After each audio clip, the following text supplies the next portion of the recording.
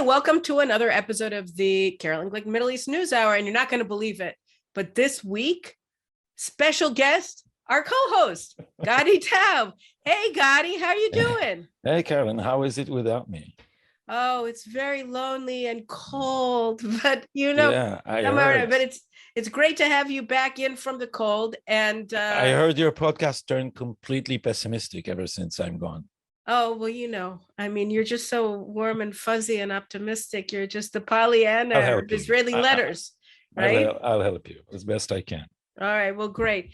Okay, so we're going to talk this week about everything that's happened in the past week. And there are about two main things that have happened that we're going to have to really discuss today, which are that we've had two major terrorist attacks, one in Beersheba and the other in Hadera, that were carried out by Israeli Arab citizens, and what the implications of that are for Israeli society and for the whole concept of a two-state solution. And then we're also going to talk about the third major event, which was the Negev summit, which brought four Arab foreign ministers to Israel, along with the U.S. Secretary of State. And they met with the foreign minister, Yair Lapid, and discussed various things. So we're going to talk about those events. But I think the first one that we have to talk about is the one at home, which are the homegrown terrorist attacks with the Bedouin and with the Israeli Arabs in al-Fahim in the Galilee. And so just briefly, I guess I should mention for anybody who hasn't been paying attention. So last week, a Bedouin Israeli from the Negev, from a town called Hura, carried out a very professional terrorist attack for over, I think, 10 minutes before he was killed by passersby.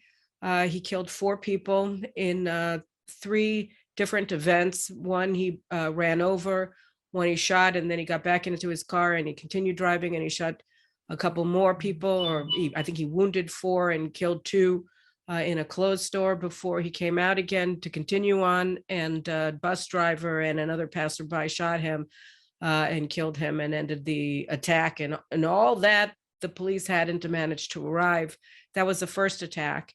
And then this week, you had two Israeli Arabs from the Israeli Arab town, al-Fahim, in the Lower Galilee, drove in a very nice car, by the way, to Hadera, which is an Israeli city and not far from there. And they had enough ammunition on them to kill about 1,000 people. They opened fire on two border policemen, soldiers who were waiting at a bus stop. They stole the gun, the M16 of one of the border guards that they killed. And they intended to continue on with an act of mass murder, but sort of amazingly, at a nearby restaurant, there was a commando unit that was happening to be having dinner together, and they came out and they shot them both and killed them and were able to stop a bloodbath. But they actually were fully armed. They had clearly had undergone some form of military training because they knew how to handle the firearms. They were wearing this weird uniform that they had put together and body armor. And they were intent to carry out mass murder. All three of these people were affiliated in one way or another with the Islamic State. And so those are the facts as we know them, or the main ones. And why don't I hand it over to you for a while, Gadi, and you tell me, what are your thoughts on what just happened and how we're supposed to look at it? Yeah, the first thing to notice is that these are Israeli citizens. So that unlike Hamas terror from Gaza or terror entering from Judea and Samaria, these are Israeli citizens which live under much better conditions than Gazan Arabs. Of course, our progressive elites immediately said that the problem is that they are discriminated against, but facts show differently. The Arab population of Israel is constantly improving its status also vis-a-vis the Jewish population, certainly as compared to Arab countries and even to Arab diasporas, certainly European Arab diaspora. What we are seeing is the radicalization and Islamization and Palestinization of Israeli Arabs, and specifically we should notice the Bedouins, which are not originally in any form part of the Palestinian national movement. And what we haven't been noticing is that these people are increasingly armed. I'll say, as we continue, Caroline, I'll say a little more about Bedouistan, as a recent book put it, a state within a state that the Bedouins have been building inside Israel. But the first thing I think we should talk about is that now the representatives of the Bedouin population and in general the Muslim Brotherhood is in the government. The Muslim Brotherhood is banned in Egypt, but here it is not just in the government, it actually holds the balance of the government and has become the arbiter of who in Israel will hold power. You know, it's interesting. I have my book behind me, The Israeli Solution, and I wrote it 9 years ago. And don't worry, I'm working on a new book. But the premise there was based on something that had happened right in the midst of the Arab Spring, which is that the Israeli Arab community saw the breakdown of all of these neighboring Arab states and Arab populations and societies, and they freaked out, and they realized, wait a second, our greatest asset here is our Israeli citizenship. And this was the first time that you saw a real revisitation of among Israeli Arabs of their relationship with Israel. They had undergone in a sort of, as you were saying, a Palestinianization process. When the PLO came in here in the 1990s, we saw mass rioting by Israeli Arabs in 2000 at the beginning of the Palestinian terror war. It was abruptly put down by the Israeli police in October of 2000. And then we only had sporadic involvement by Israeli Arabs inside of terrorist, in carrying out terrorist attacks during the Palestinian terror war. And then things began to change around 2010, 2011, 2012, around the time that I was writing my book, where you saw Israeli Arabs who were saying, wait a minute, our Israeli citizenship actually may be the most precious thing that we have, that we are lucky to be Israelis. And you had very precipitous rise in the percentage of Israeli Arabs who identified as Israelis, who were sending their, particularly among Christian Israeli Arabs, who didn't want to be referred to as Arabs at all. They started saying they wanted to be referred to as Assyrians, I think, and all of these other identities that they were embracing rather than being Arabs.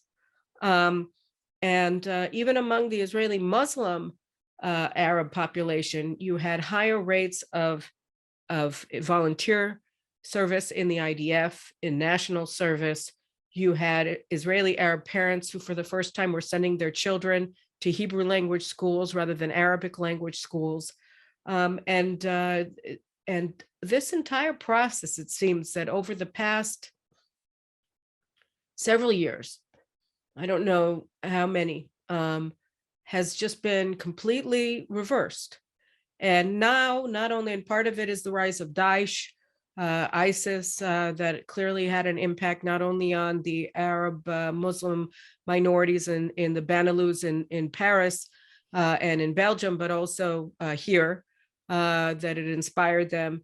But you see the rise of radical Palestinianism, Islamism among Israeli Arabs in a way that we really haven't seen in the past. It may also have to do with the radicalization of the international left and their embrace of anti-Semitism. It's got to do with a lot of factors, and maybe it also has to do with the fact that the process of integration of Israeli Arabs, maybe it was unreal. Maybe people like myself were overly optimistic about the implications of the trend in terms of their identification as Israelis. But what we're seeing increasingly in a very prominent way over the past several years, 5 years, if you want to put it a date on it, is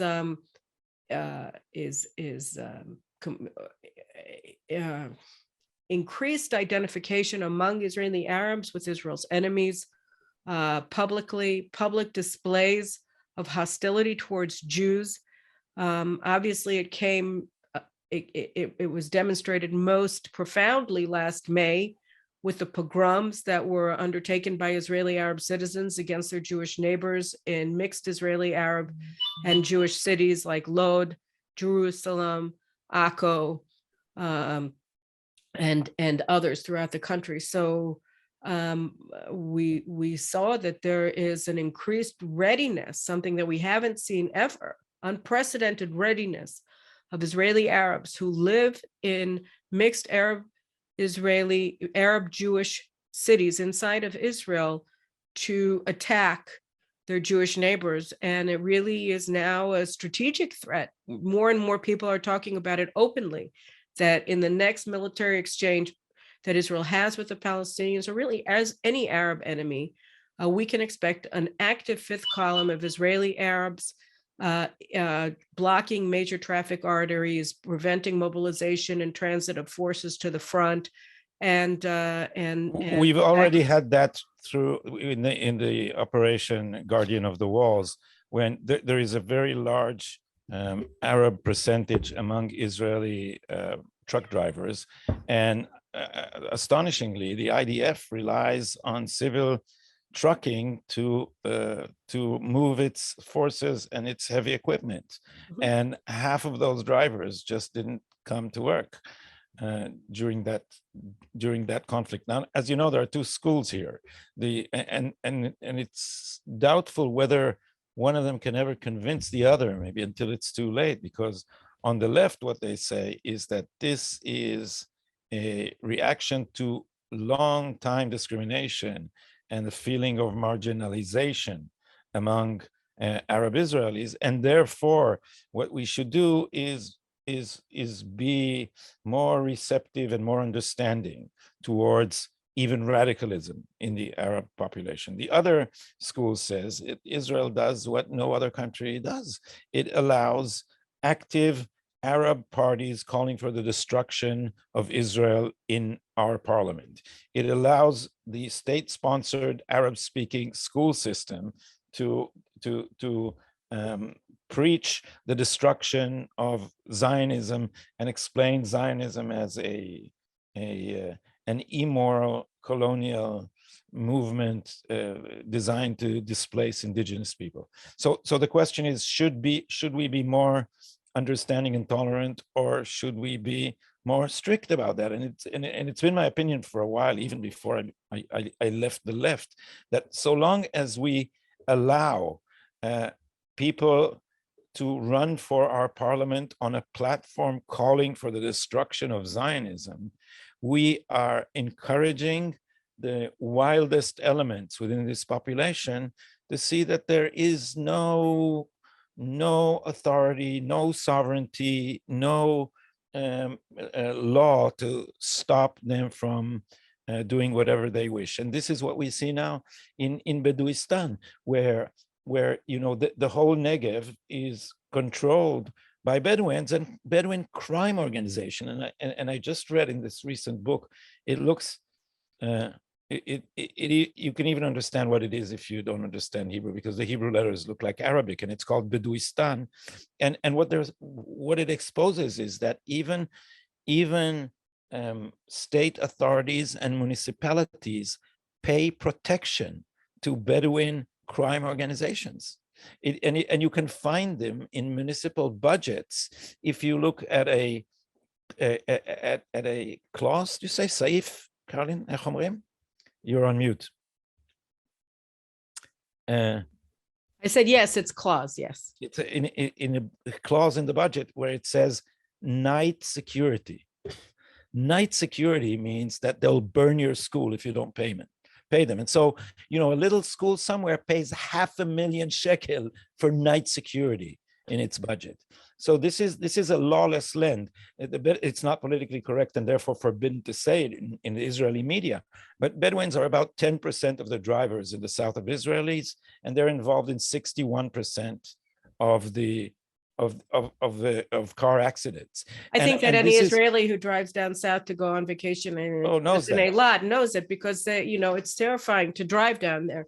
But I think that the other thing that we're discovering, and I think that the terror attacks over the past week just have reinforced it, is that every conversation that you have in the media about Arab-Israeli irredentism, fifth columnism, or whatever you want to call it, rejection of Israel's right to exist, and siding actively with people who are our enemies to annihilate this country, who are whatever, is that you have always begin the conversation by saying the large majority, the vast majority, the overwhelming majority of Israeli Arabs are law-abiding, and they would never do any of this. We're talking about a very small minority.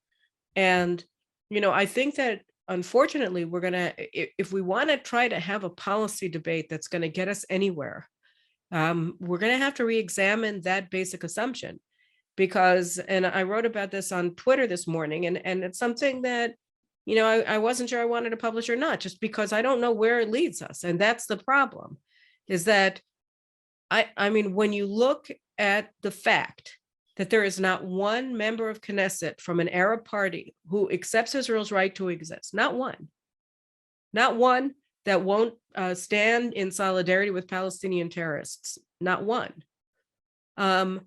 You have parties in the Knesset whose members have engaged in acts of war against Israel. And I'm talking specifically about Balad, but it's not only that one. You have, in Ram, you have a condominium of interest with Hamas. You have active support from NGOs that are part of the Islamic movement, of which the Islamic Brotherhood Party in the coalition is a full member, who support Hamas, who pay for Hamas, who fund Hamas operations in Gaza. And so you look at that and you say, well, why is that?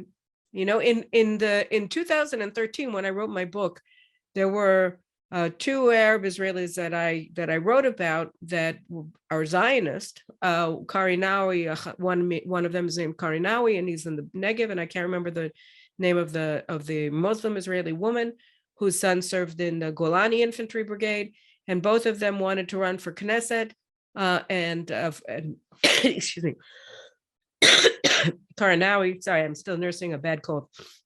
Karinawi wanted to form a new Zionist Arab party. Excuse me, but obviously neither of them actually got into the Knesset.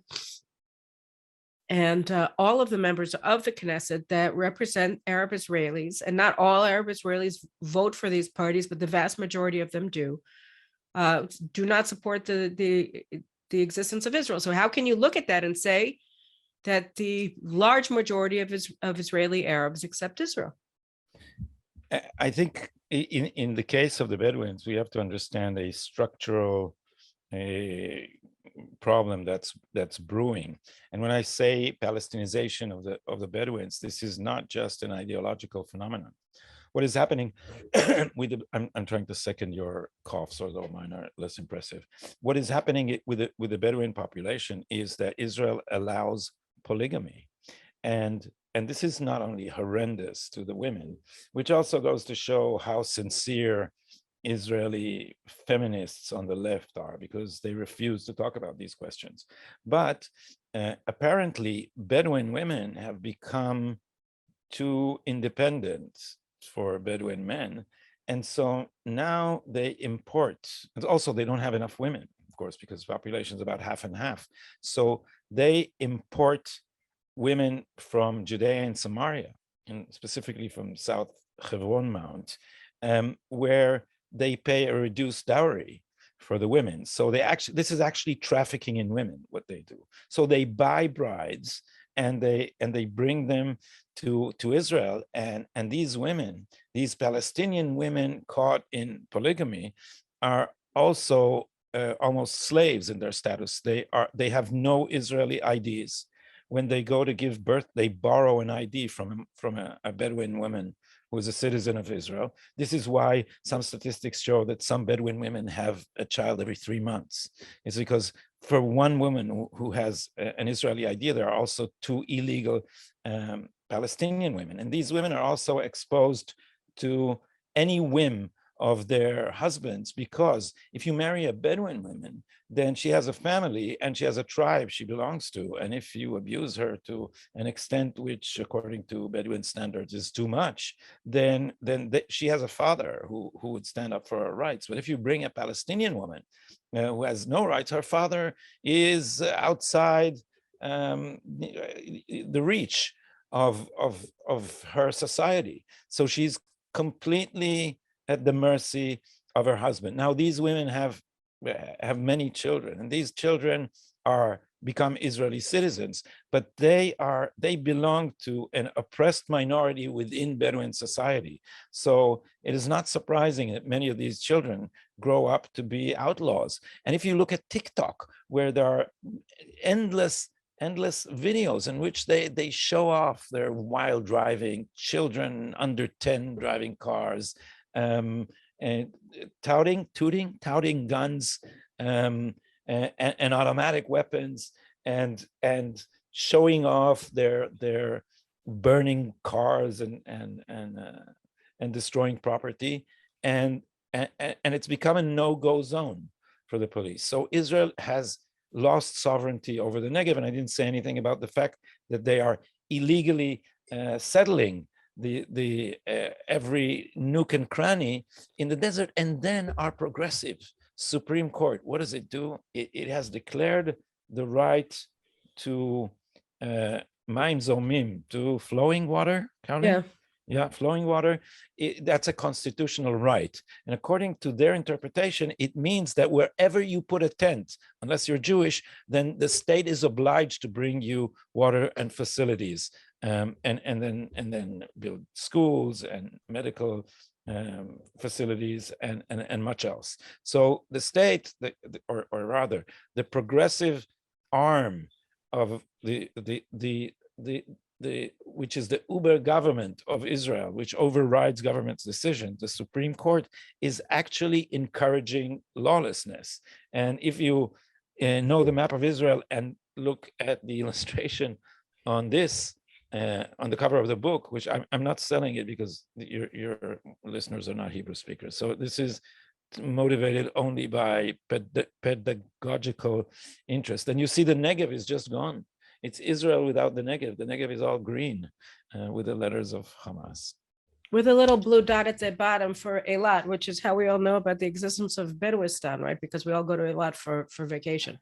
Yeah. But I mean, I think that, going back to the attacks, I think what we see here, as is not surprising, is the tip of the iceberg, right? That the terrorism is the end product of a society and a pathology of Israeli non-governance that is enabling the evolution of an alien political and social entity inside of Israel that doesn't recognize the existence of the state, and that is by its very nature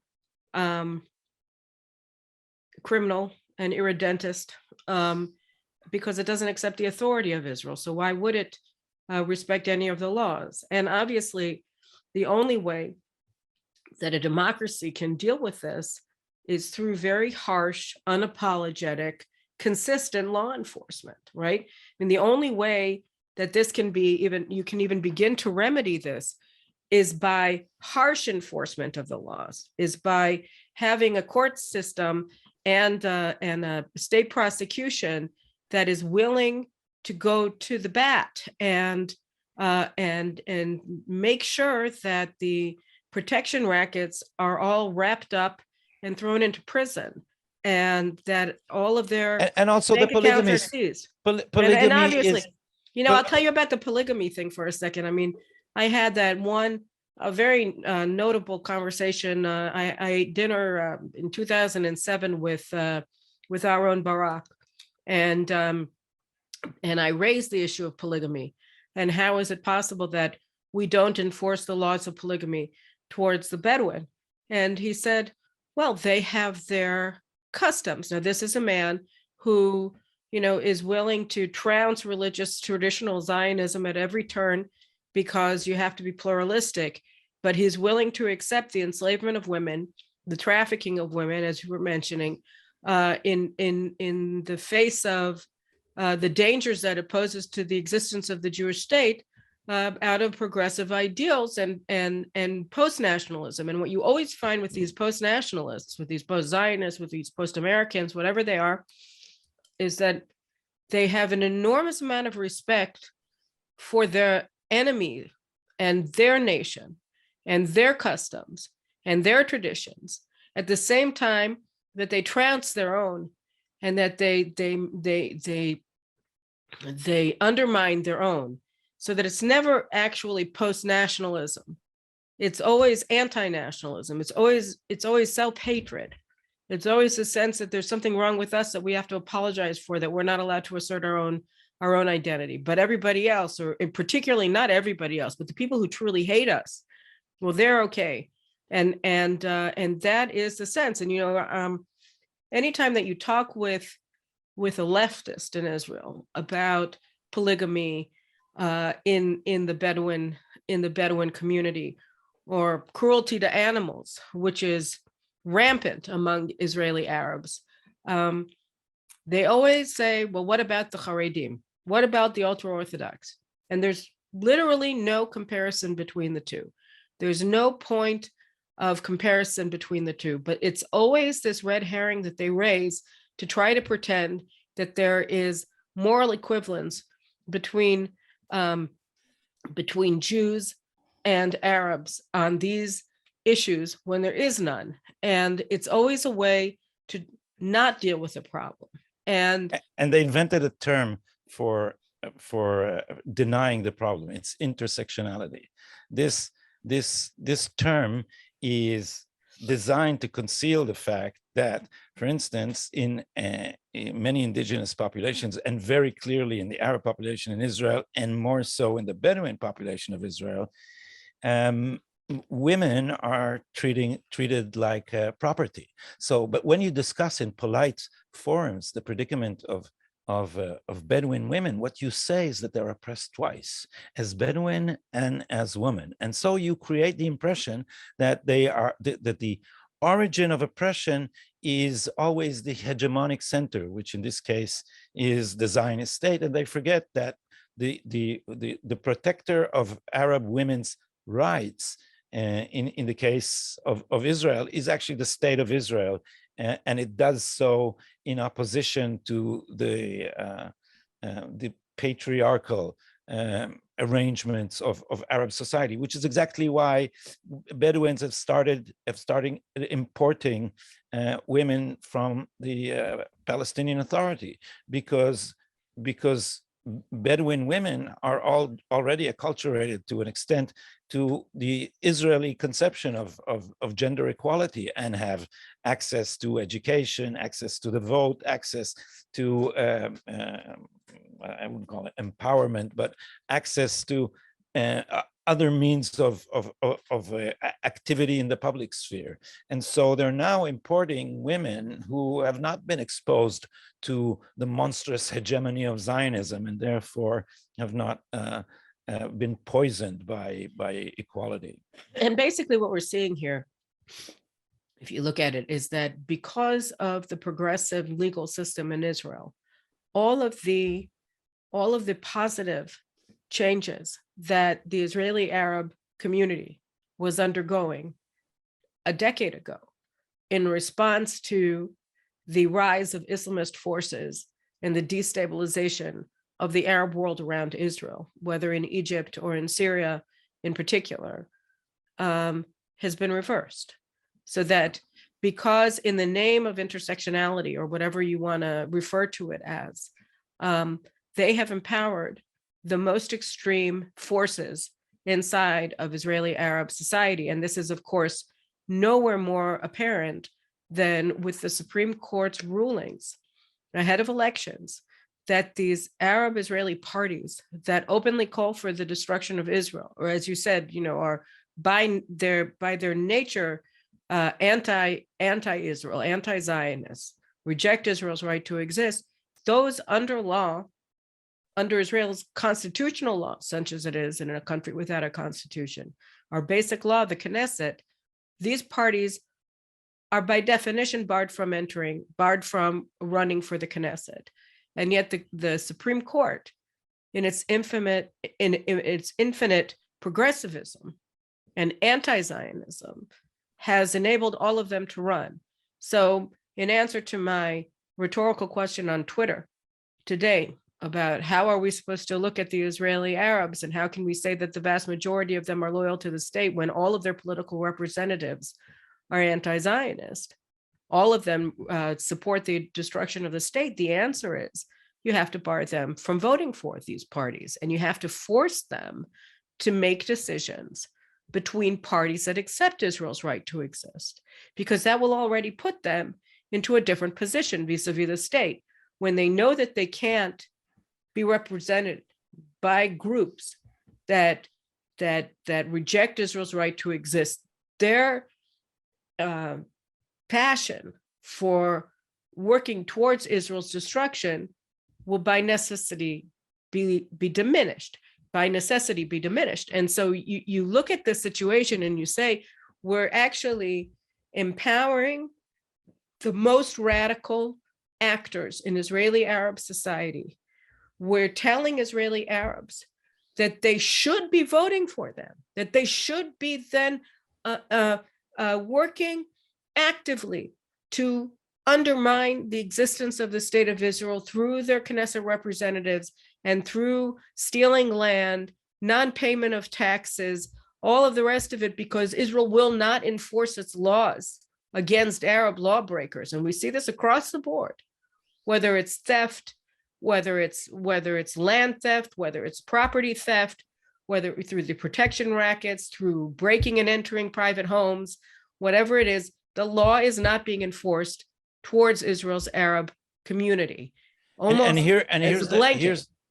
Here's I think the big propaganda lie. I had a meeting with a European journalist who said to me, isn't it great that for the first time, here is an Arab party, Ram, member of the coalition, agreed to recognize the national Jewish character of the state and create a civil alliance with the Jewish population, which will promote democracy and equality. And this is how this is sold abroad. And people forget that this is the Muslim Brotherhood, and this is the tactic of the Muslim Brotherhood everywhere. This party is now holding the coalition by the throat. I'm trying to use only polite terms, and it has enormous budgets for it. It gets enormous budgets for its support. And what does it do? Which is also a form of protection, right? Wherever have you heard in the world that a party agrees to join a coalition government in exchange for 50 billion shekels to its pocket? None of this money is going to be accounted for. We don't know where any of this goes. They could build an army with this money. It's more complicated because part of it is accountable and part of it isn't accountable. But the most important thing is that under things that are supposedly accountable, like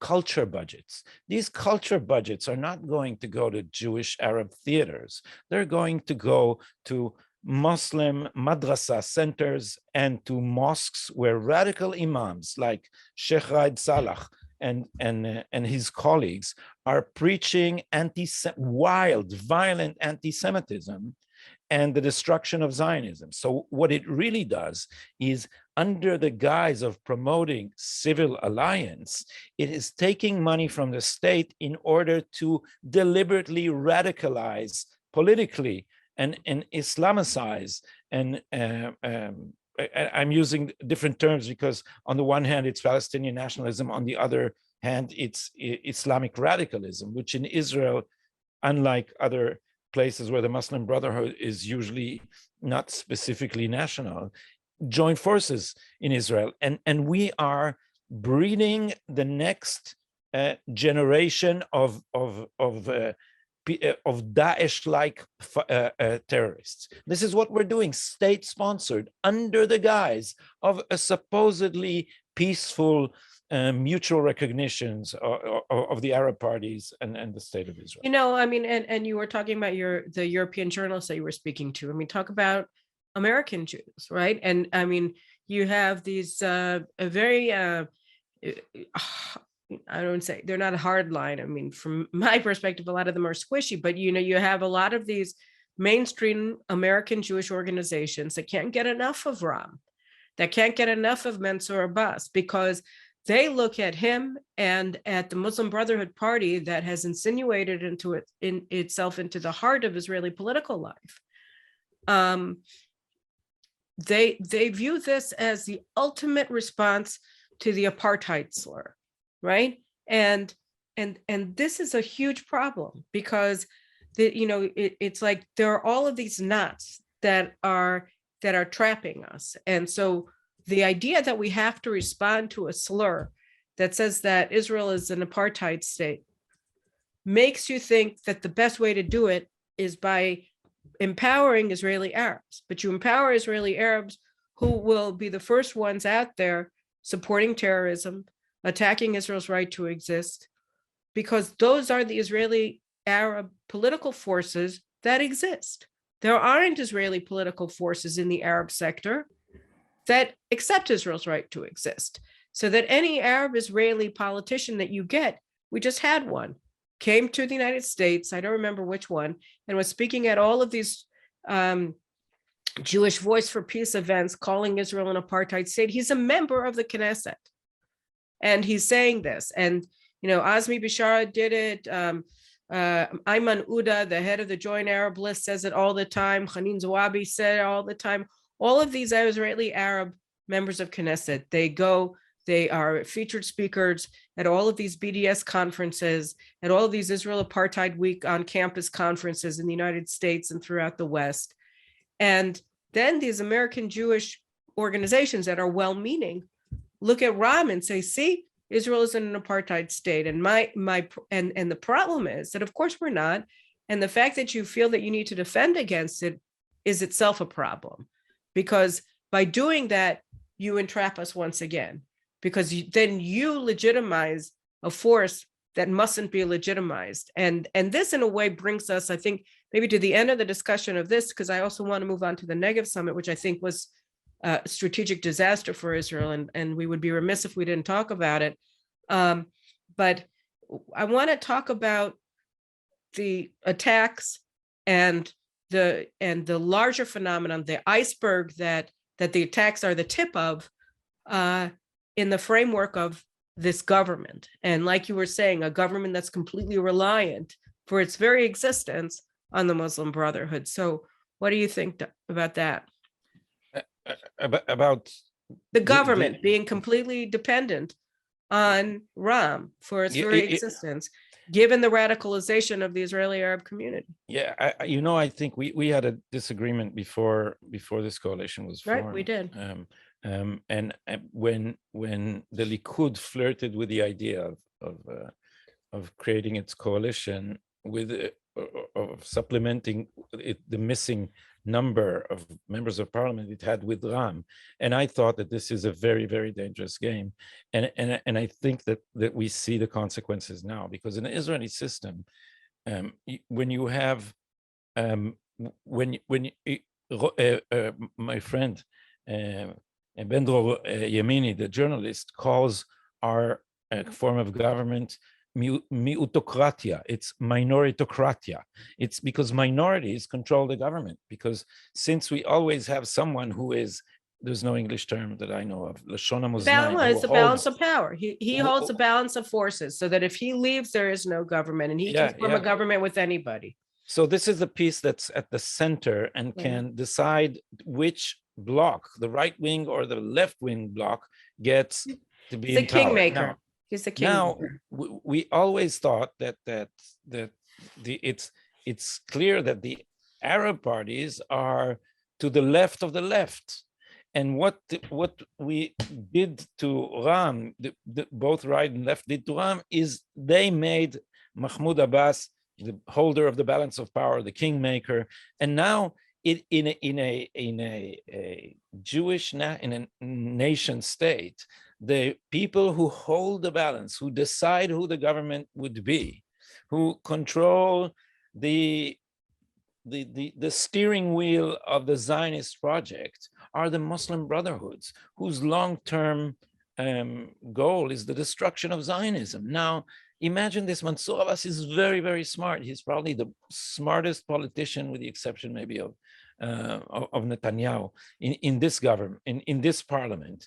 And if he'll be smart, then he would try to maneuver this wedge that he has in the middle of the political map now to gradually tear the Israeli public into two irreconcilable factions, as if the rift between right and left in Israel is not already terrible. So we are, if you think of this just graphically, now the Muslim Brotherhood holds a wedge right smack dab in the middle of the Israeli political structure and can use it to shake and destabilize that structure.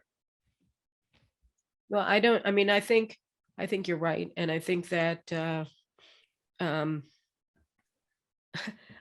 truth is that at the end of the day, every time you come to it, I say, we just have to get rid of this government.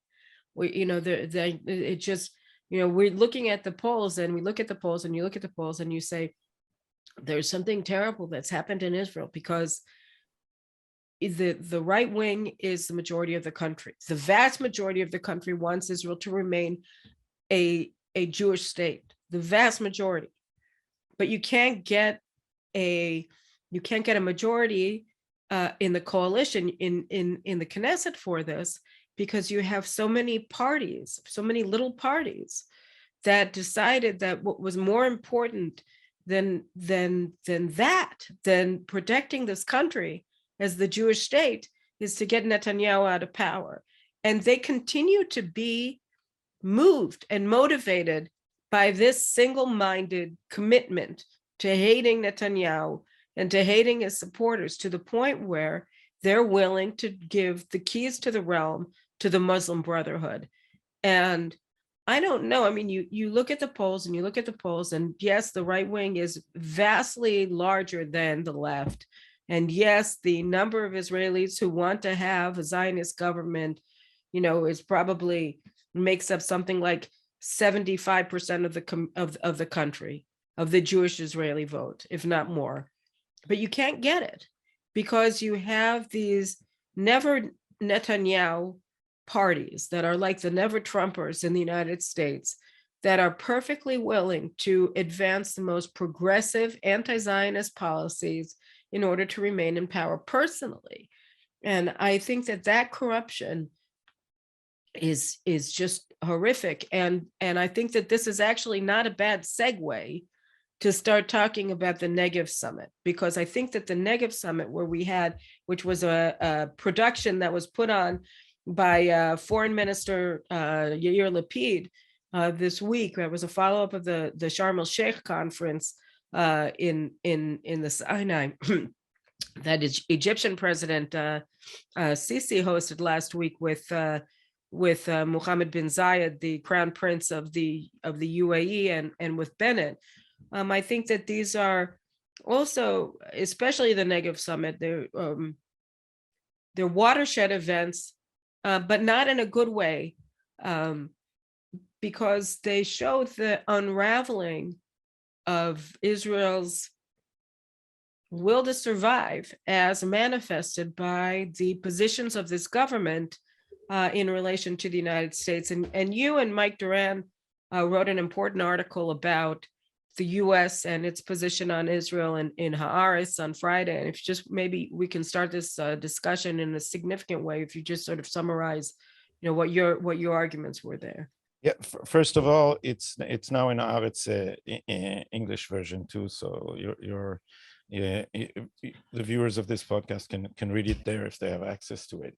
But what we tried to say is that Israel is making a serious mistake by attempting to preserve a veneer of understanding and cooperation with the Biden administration, because what we are Israeli officials say to the Biden administration behind closed doors that they favor the Trump maximum pressure strategy.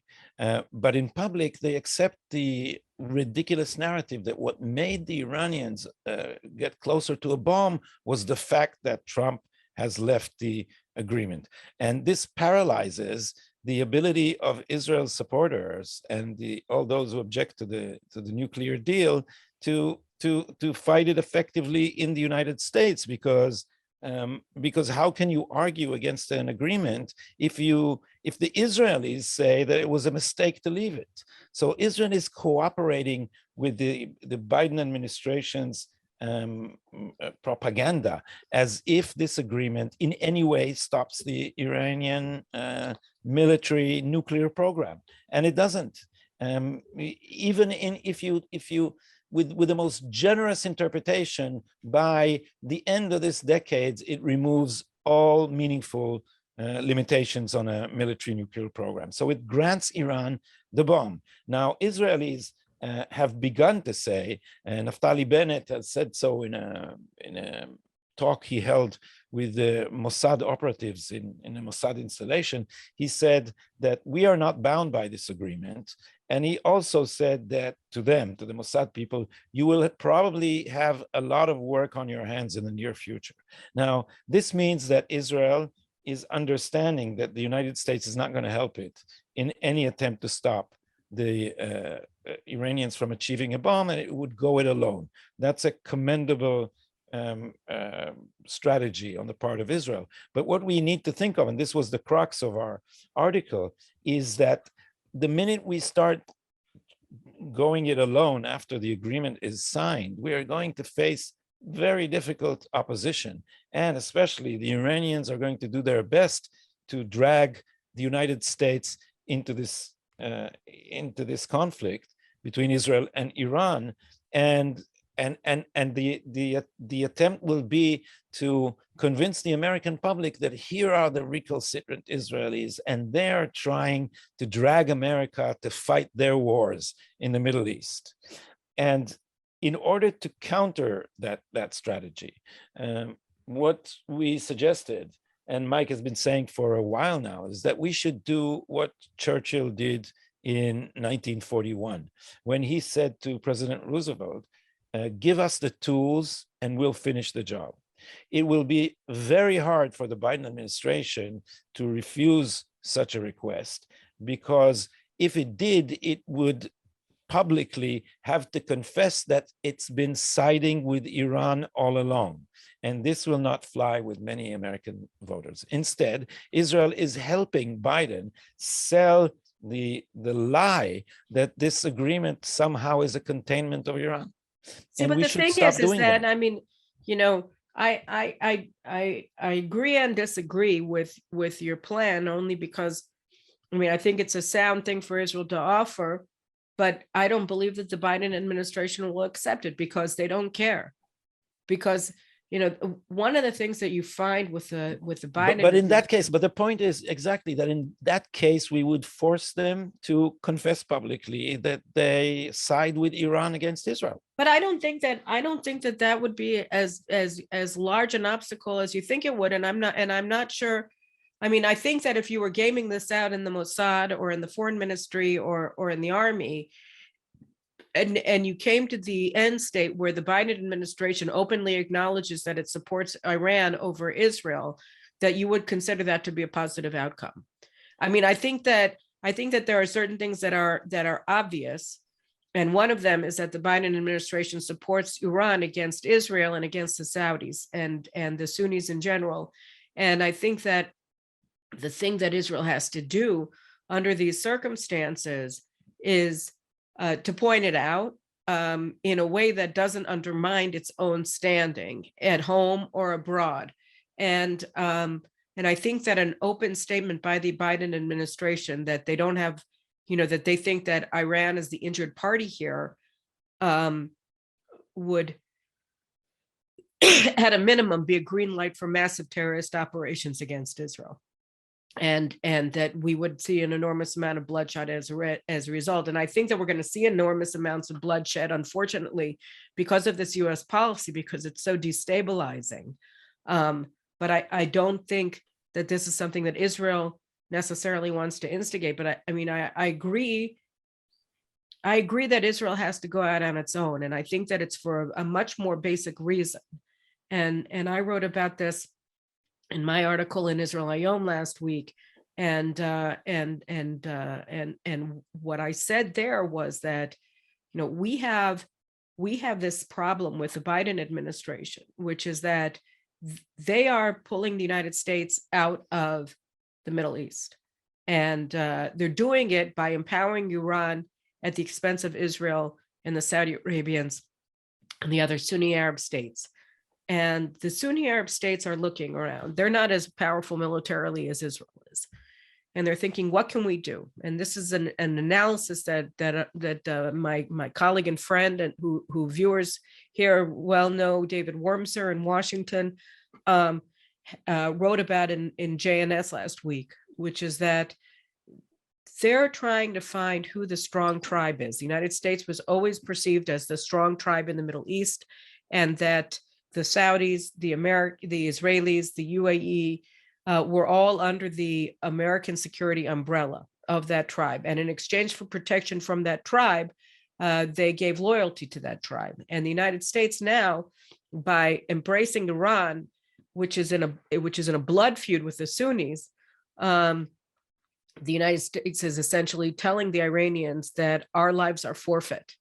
And we can either accept the forfeiture of our lives and our countries, or the Arabs we can find a strong tribe to replace the United States. And, some of them are looking at China. The Saudis are looking at China. The Egyptians are looking at the Russians. But in all likelihood, neither the Chinese nor the Russians, both of whom are allied with the Iranians, and both of whom face restive Sunni Arab populations in their own societies, are likely to want to have a strategic alliance of the type that the United States built with the Saudis or with the Russians or with the Egyptians or anybody else. They're not in a position to do so, and they can probably get more bang for their buck by offering less. And that leaves Israel. And under Netanyahu, when Netanyahu was leading the fight against the Iran nuclear deal, the Sunnis believed that Israel would be willing to and capable of replacing the United States as a strong tribe in the Middle East. And what we saw with the Abraham Accords were a function of that belief. Unfortunately, under the current government, which is doing the exact opposite of Netanyahu in terms of embracing a subservient posture or adopting a subservient posture to the United States, a supine posture towards the United States, not standing up to them, not voicing any public criticism of the nuclear deal. And if you pay attention, Israel's criticisms of US policy towards Iran are completely limited to saying we oppose removing the Iranian Revolutionary Guard Corps from the State Department's list of foreign terrorist organizations. This is Israel's position. This is the only position that the government has publicly stated in relation to US diplomacy with Iran, even though US diplomacy with Iran ensures that Iran will, at a minimum, become a nuclear breakout state in 2.5 years, and likely field a nuclear arsenal in 2 to 3 years maximum by 2030. So we're talking about a much greater dimension of threat than removing the IRGC from the foreign terrorist organization list. And yet that's all that the Israeli government is willing to oppose. So the Arabs are looking at this. And excuse me, and you see much more outspoken criticism of US policy from the Saudis and from the UAE than you hear from the Israeli government. Yeah, the UAE for a while didn't refuse to answer Biden's telephones. And who brought them together? Who brought MBZ to accept or to speak again with the Biden administration and send his foreign minister to Sde Boker yesterday?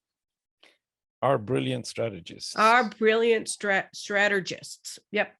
Mr. Lapid and Mr. Bennett, who have been acting not only as mediators between Putin and Zelensky, but also between Tony Blinken and Joe Biden, or what's left of him, and the UAE and the Saudis.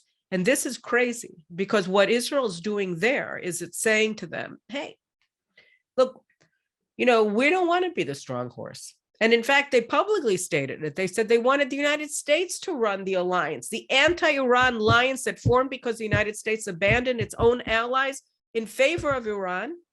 Now we're saying we want them to lead the alliance against their own policies. That was what bringing Blinken to Sde Boker did. It said, okay, guys, hey, listen, we're going to bring in Blinken to lead our alliance against his own policy. And do you know what happened as a result? What happened as a result is that the Sde Boker conference, which was supposed to be an anti-Iranian conference, it was supposed to be a conference that brought together the foreign ministers of Israel, Egypt, the UAE, and Bahrain to talk about Iran. And instead, all of them ganged up on their host and started talking about the Palestinians, because that is what the Biden administration wants to talk about. They want to. This is how they undermine Israel. This is how hostile the Biden administration is to Israel. On the one hand, they want to downgrade. They are downgrading the U.S.-Israel alliance and Israel's strategic standing in the region and its security in the region by empowering Iran, by giving it both the financial and military capabilities to become a nuclear armed state capable of waging regional war against Israel and against the Sunni Arabs through the nuclear deal. That's what they're doing in Vienna. And they want to weaken Israel again by attacking it in Jerusalem, by siding with the Palestinians against Israel, and by saying that Israel is to blame for the absence of Palestinian-Israeli peace. And most importantly, they want to remove the two chief achievements of the Abraham Accords. First, the aligning and due to the alignment of Israeli Sunni Arab interests over Iran, the formation of a strategic alliance between these parties against Iran. They want to remove that. And Yair Lapid managed to do that by bringing Blinken in to run an alliance against his policy, which of course he destroyed. And second achievement was that the Abraham Accords took away the Palestinian veto over Arab-Israel peace. So by bringing it back to center stage, the Palestinians back to center stage, and having every single Arab foreign minister, one after the other, that were all standing in Israel, and then they all stood as one and said they support a two-state solution, they'd support the establishment of a Palestinian state with Jerusalem as its capital, while they're standing next to the Israeli foreign minister who says nothing, right? Blinken just successfully transformed the Abraham Accords into a summit for bullying Israel about the Palestinians. And they did it. And here is just to link it back to our previous discussion about Arab Israelis. If there is one thing that proves the existential threat posed by a Palestinian state west of the Jordan River to Israel, it's the uprising of Israeli Arabs against Israel. Because the idea of a two-state solution is predicated on this notion that you can appease the Arabs of the land of Israel by partitioning the land between the Jews and the Arabs. And you give the Arabs secrete areas, limited areas, the Jews as well, limited areas of sovereignty. They agree on those boundaries. And then within the boundaries that they've accepted for their two states, they're able to coexist. But when you empower, when you see that the Israeli Arab population is now engaged in active rebellion and war against their Jewish neighbors, you see that a Palestinian state, which we know will be a terrorist state because we already have one in Gaza, which is a terrorist state, and because Palestinian society in Judea and Samaria is immersed in Jew hatred and in support for terrorism under the PLO. So we know that it's going to be a terrorist state. That state is going to be a focal point for mobilizing Israeli Arabs in the Galilee, in the Sharon, in the Negev, everywhere, to destroy the Jewish state. And they will. So that you cannot look at Israeli Arab terrorism, Islamism, Palestinianization of Israeli Arabs and believe that it is possible to resolve the Palestinian conflict with Israel through the formation of a state. That is not a path for resolution. That is a path for the dissolution of Israel. Oh, wow. I opened with saying that I would bring some optimism. I can't. This, and you phrase it exactly right. I had Mike Pompeo. I had the honor of having him on my podcast, and he explained the U.S. policy, the Trump administration's U.S. policy in the Middle East in 3 bullet points. 1, Iran is the destabilizing element. Secondly, in order to form a coalition against Iran, one must bypass the Palestinian veto on Israeli-Arab relations. And 3, you need to have a credible force, a credible threat of force in the Middle East. And what these people are doing very meticulously is now exactly reversing this. In order to pull out American forces, they're inserting the Palestinian veto in order to disperse the anti-Iran coalition so as to pave the way for Iranian hegemony in the region. That's what they're doing. And it's amazing the short-sightedness of our government, of Lapid and Bennett, who for a few, and you know, this administration has got their number just so exactly right. These people would do anything for photo ops. So just give them photo ops, and it doesn't matter what the content is.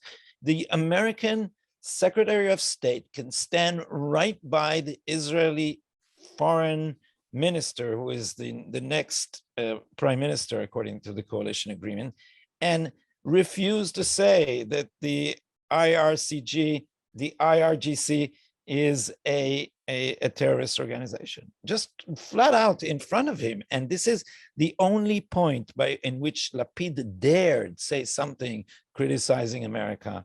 You know, there's this Israeli reporter that I think we've spoken about in the past, because he's really sort of he's an agent of chaos, but he's not an agent of chaos. What he is he's an agent of the American deep state, and his name is Barak Ravid, right? And we've talked about him in the past on our show. And Barak Ravid was one of the 2 journalists who were allowed to ask questions. And he was the one who asked the question to Blinken, is the IRGC a terrorist organization? And Blinken refused to answer that yes or no question with a duh yes, right? He said, well, they have a lot of designations. What does that even mean? So anyway, so that was his non-answer, because the Americans have no intention whatsoever of keeping the IRGC on the terror list, because all they want to do is appease Iran. And Blinken came here to bust up the anti-Iran alliance of Israel and the Saudis, and he was fairly successful, apparently. Although Israel has a deep state too, and I'd like to believe that despite Lapid's insanity, other things are happening beneath the surface. At any rate, the point that I wanted to make was that when you see Barak Ravid, he wrote this tweet last night that all of the foreign ministry was swooning over, which was that a high-level U.S. official said to him, we couldn't believe the efficiency and the competence of the Israeli foreign ministry. Lapid put together that whole summit in under a week. If somebody told us to do it, we never would have been able to do it. But look at this incredible efficiency of the Israeli foreign ministry, that they were able to put together this multinational summit with no forewarning, with no prior warning, with no nothing in a week. And sure, to be sure, that's very impressive and all of that. But the point is that this is what they care about, that Barak Ravid knew exactly what to say, and so did the source in the Biden administration that fed him that bullcrap, right? Because these kinds of sweet nothings that you whisper into the ear, oh, you're so competent, little Israel. This is the pearls to swine. This is how the American West was settled, by giving fake pearls to Indians. It glass beads. This is what it was about. And these are glass beads. And it works. And it's very distressing, because the other thing that you can say about the non-preparation for the summit is that if they had spent, if anybody had really thought about it, if they had spent a day thinking about what they would want to accomplish in such a summit, and bringing in Blinken, what would that do to the alliance against Iran? They might have come to the conclusion that they shouldn't have the summit when Blinken is in town. But they didn't apparently have that preparation. All they were looking for was a great hotel, and what they would eat, and what the menu was going to be, and what the photo op was going to look like. And it was just one big PR production. And as a result, the content was entirely anti-Israel. Yeah. This was the most pompous diplomatic faux pas of the century. I don't think any Israeli government committed a stupider diplomatic bungle. But look, I want to say two things, because as you said, we're just, you and I have a tendency to leave our audience wanting to, just tear out their hair. But there are a couple of things here that somehow it's always my hair, not yours. Right. Well, I don't know. I guess you're right. You got no hair, man. What you gonna do? Shouldn't tell people that. You shouldn't tell people that. Oh, sorry. You brought it up, but you look good with those headphones. Yeah, that's what they're for. Now are they gonna say Carolyn's mean she's giving bald man jokes? That's not fair. But if I were Will Smith now, yeah, you would hit me, right? And then I would say, oh, you gotta hand it to Chris Rock, though. I mean, he handled that. Will Smith, I don't want to watch another one of his movies. I mean, he just ruined himself. Like, there's no way. You look at that, and as far as I'm concerned, yeah, it's true. We were watching that. I showed it to my husband last night. He wanted to watch it again and again, and we were watching it on YouTube. It's like, I can't believe that. He was in stunned shock. And the first time you watch it, you say, well, good for him for standing up for his wife. And then the second time you say that, you think, how dare he? What was his joke? It was nothing. I mean, it was nothing. It was harmless. It was playful. How could he do this? And if he didn't like it, is that how he responds every time that somebody says something that he doesn't like? I mean, this guy. And if he were not a celebrity, would he not be now indicted in jail for attack? Yeah, for assault. I mean, he committed a felony on live television in front of like a billion people. The law doesn't apply to our elites.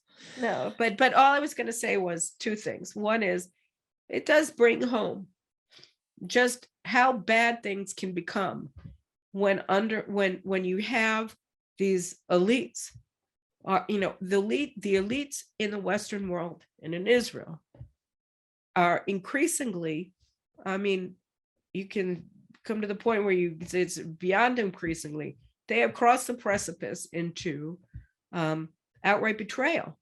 And, and that's just the way it is.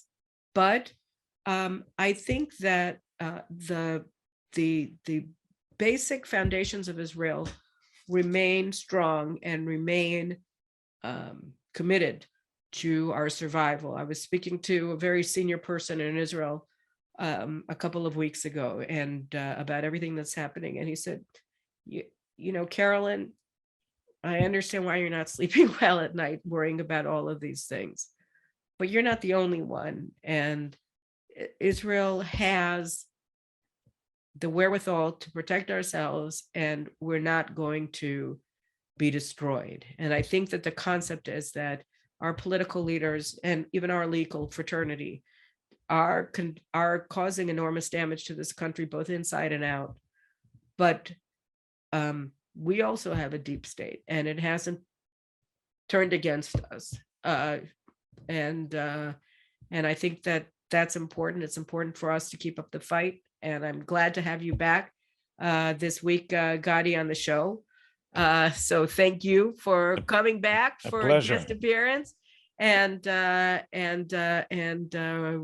we just have to keep up the fight, but we're not alone. There are a lot of other people who are involved in it, and God willing, we will not go gently into that good night. And no matter what the best efforts of our brilliant strategists who are running the program seem to be. So on that happy note, remember last week I signed off without telling you to subscribe and share and all of that, but you got to do that, right, Gadi? I mean, if they don't subscribe, we're over 4,000 subscribers, so that's terrific. And we want to get up to 10,000 over by the time we get to our 52nd show. So take care, everybody. Take care, Gadi. Thanks for joining me again. Thanks for having me. Great having you. It was really terrific.